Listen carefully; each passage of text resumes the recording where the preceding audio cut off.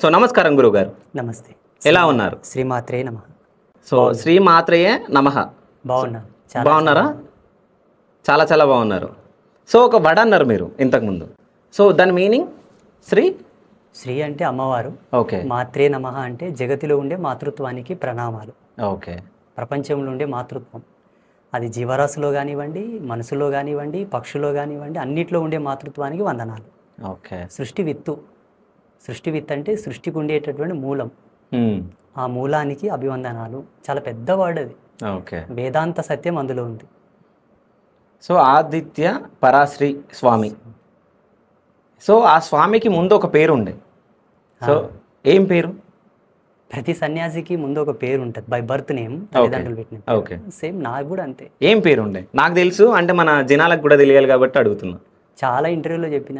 Okay so మా viewers విన్నరో లేదో కదా. Well, J Anjaneyulu. J means Jogu Anjaneyulu. Okay ఇంటి పేరు Jogu Anjaneyulu. Okay birth name Jogu Anjaneyulu.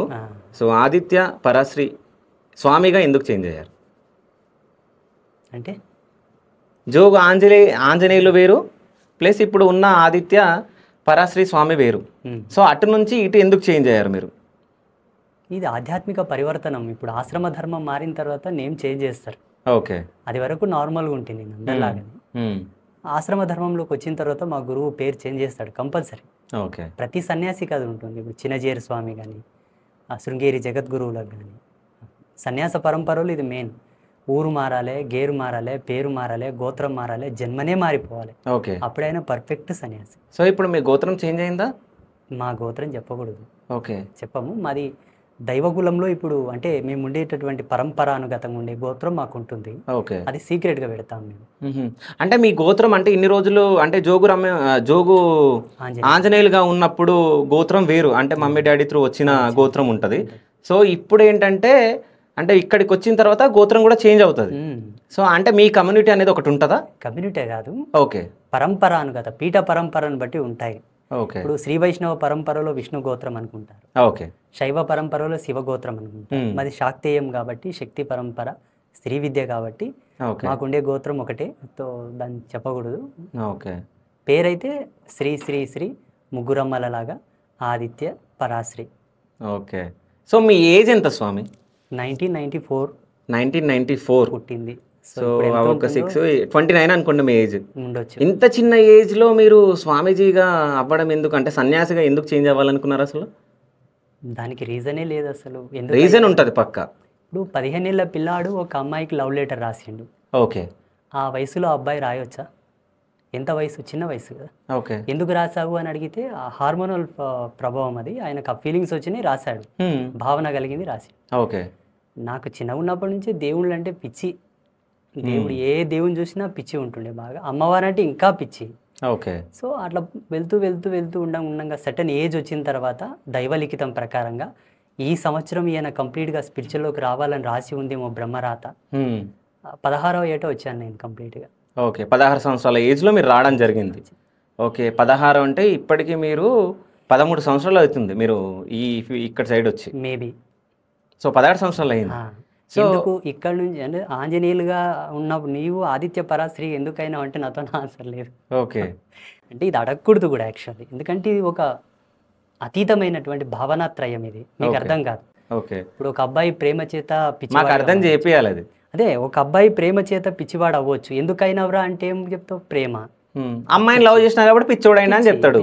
మీరు కూడా అది చెప్పాలి. మేము గాడ్ని లవ్ చేస్తున్నాం కాబట్టి సైకలాజికల్ బాగా ఓకే స్పిరిచువల్ పిచ్చోలం అయిపోయినాం, సన్యాసులం అయినాం. ఎక్కడ వరకు చదువుకున్నారు అసలు? నేనా ప్రపంచాన్ని అంతా చదివేశాను. ఓకే ఆధ్యాత్మికత అంతా చదివేశాను. ఓకే నా జీవితాన్ని, నా జన్మను కూడా పరిపూర్ణం చదివాను.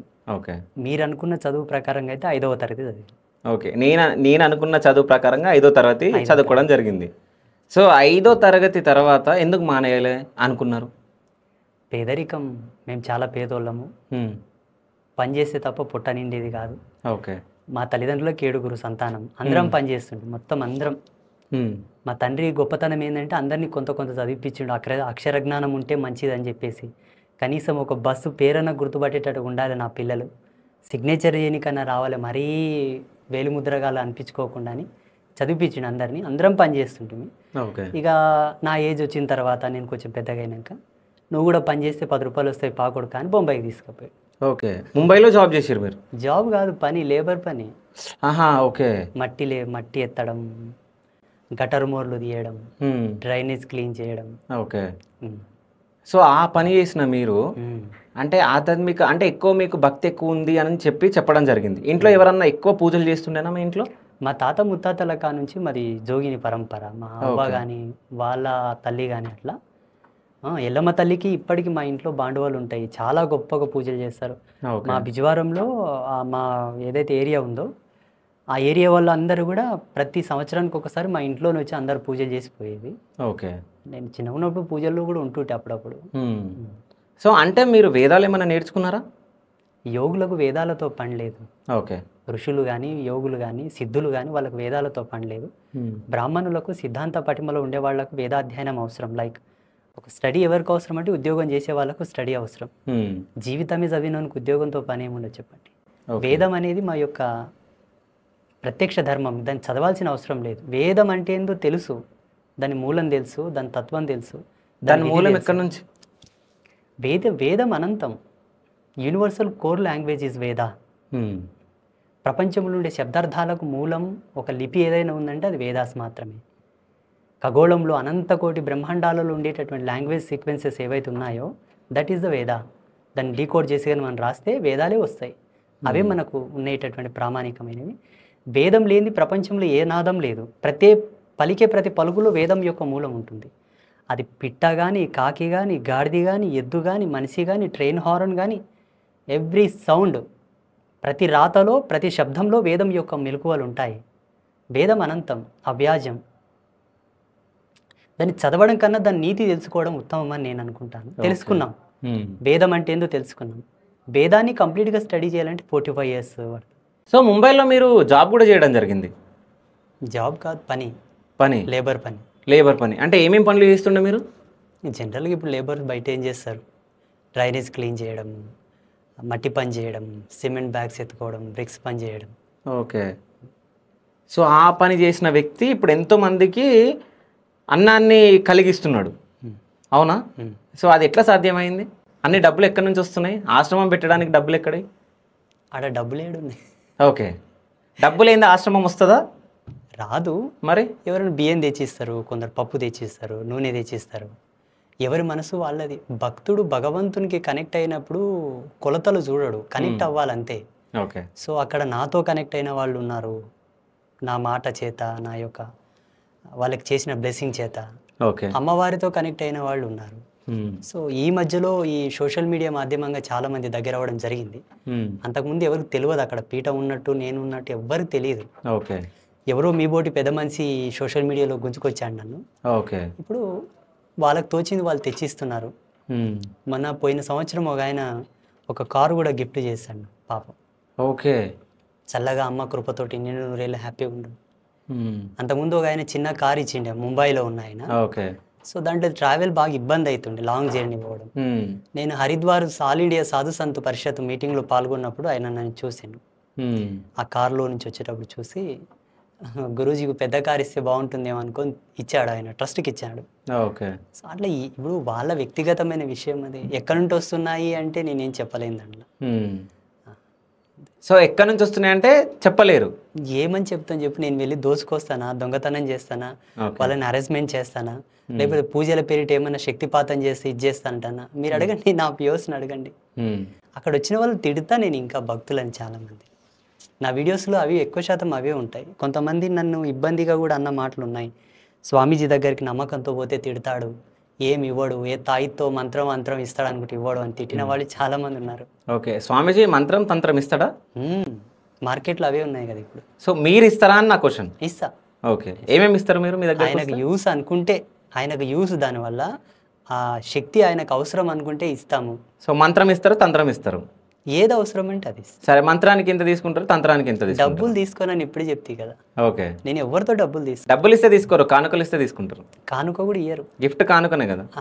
నాకు చెప్పిస్తే అది కానుక కాదు, వాళ్ళు ప్రేమతో తెచ్చి ముందర పెడితే నేను కాదనలేను. ఓకే. గురూజీ నేను ఇది చేయాలనుకుంటున్నప్పుడు వద్దు నాయన ఏంకి నీ భార్యకు బంగారు నెక్లెస్ చేపిట్టు, ఓకే నీ పిల్లలకు మంచి ఏదో నిప్పి అని చెప్పి చాలా మంది తిరస్కరించాను నేను. ఓకే మొన్న ఒక ఆయన నాకు పాదుకలు చేపిస్తా అన్నాడు వెండివి, మీరు నేల మీద నడుస్తారండి వెండివి పాదుకలు చేపించి దానికి వస్తాయి ఇది చేపిస్తాను. నేను ఆనాడే త్యాగం చేసినవేవి యోగి మళ్ళీ వెనక్కి తీసుకోడు, ఇచ్చిన మాట ఇచ్చిన సంకల్పం వెనక్కి తీసుకోడు, వద్దని చెప్పాను నేను. అదే వెండి చేత ఒక అమ్మవారికి కిరీటం చేయించన్నాను, చేయించాడు వాళ్ళ గ్రామంలో. సో మీరు ఏ అమ్మవారికి పూజలు చేస్తున్నారు ఆశ్రమంలో? జగతికి మూలమైన తల్లి ఒక్కతే అమ్మ. ఆ అమ్మ అంశాలుగా అనేక మంది దేవతలు వచ్చారు. ఈ సృష్టికి ఉండేటటువంటి 3 నియమాలు ఉన్నాయి, సృష్టి స్థితి లయ. ఈ సృష్టికే కాదు బ్రహ్మాండాలకు ఉండేటటువంటి నియమాలు ఈ 3. ఆ 3 ప్రతిరూపాలే 3 శక్తులు. వాళ్ళని ఆపరేట్ చేసేవాళ్ళు, ఆ 3 క్రియలను ఆపరేట్ చేసేవాళ్ళు మహాకాళి, మహాలక్ష్మి, మహాసరస్వతి.